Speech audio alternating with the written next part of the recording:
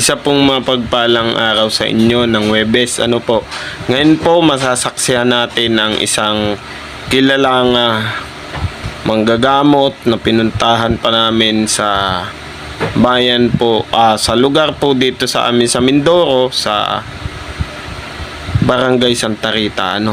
Ito po ay kilalang antingero at talaga namang pambihira yung mga gamit na pinakita niya. At dito nyo din po makikita yung Santo Niño na napakaliit na huli po sa bukal. Napakaganda niya, napakalakas ng aura. Yun nga lang, sabi ko, swaswapan ko o lilimusan ko, ayaw na ayaw talaga. Pa-like and share na lang po at wag nyo po sanang i-skip yung ads kung meron man po. Disclaimer lang po, yung video na ito ay para lang sa naniniwala. Wag na po natin patagalin. Panuorin na po natin. Ayan, ito nga po, pati banig ay sinauna. Ayan, ito po ay napakainam na gamit. Yang isang yan. At ito naman ay Santo Cristong kawang ang likod. Napakainam at bibihira yung pong ganyan na cross. Mapapansin nyo, napakanipis pati niya. Pero dati meron ako niyan. Ito naman po San Benito na mayapak na ahas. Bibihira na din po yung ganyan. Na yan ang sinasabing talagang lihis ang bala dyan. Salvador del Mundo. Napaka-antigo na at yung pagka niya talaga napakabigat. Mabigat yung kanyang pagkatanso. Ito po yung type ko sa lahat. Napakaliit na Santo Niño na huli sa bukal. Napakaganda at talagang yung aura niya ay nangingibabaw. Sobrang liit. Ngayon lang ako nakakita niyan. Ito naman po Santissima at saka Infinito. Meron po tayo niyan. Meron ako niyan Mas manipis pa nga lang dyan. At meron din po siyang mutya ng alimango na naging bato.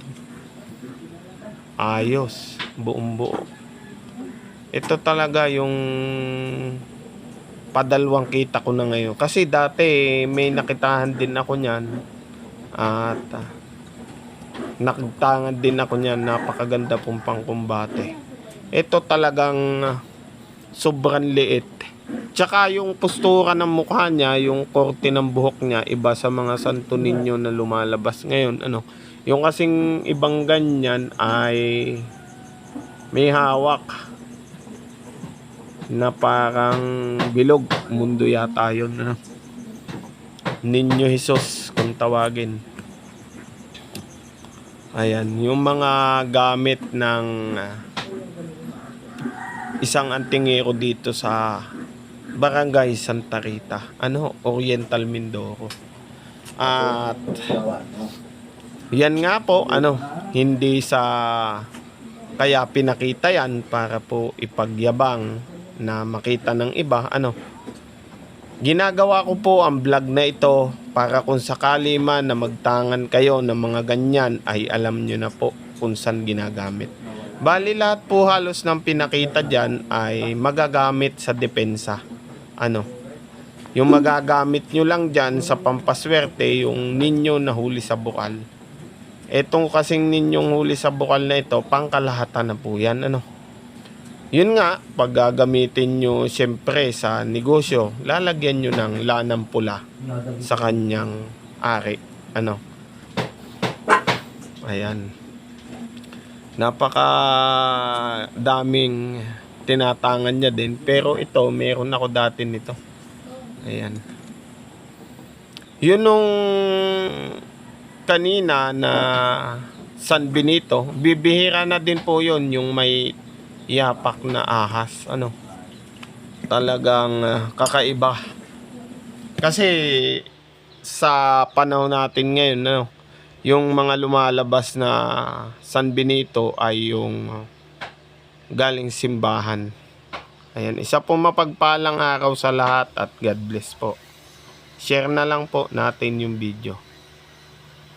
Salamat.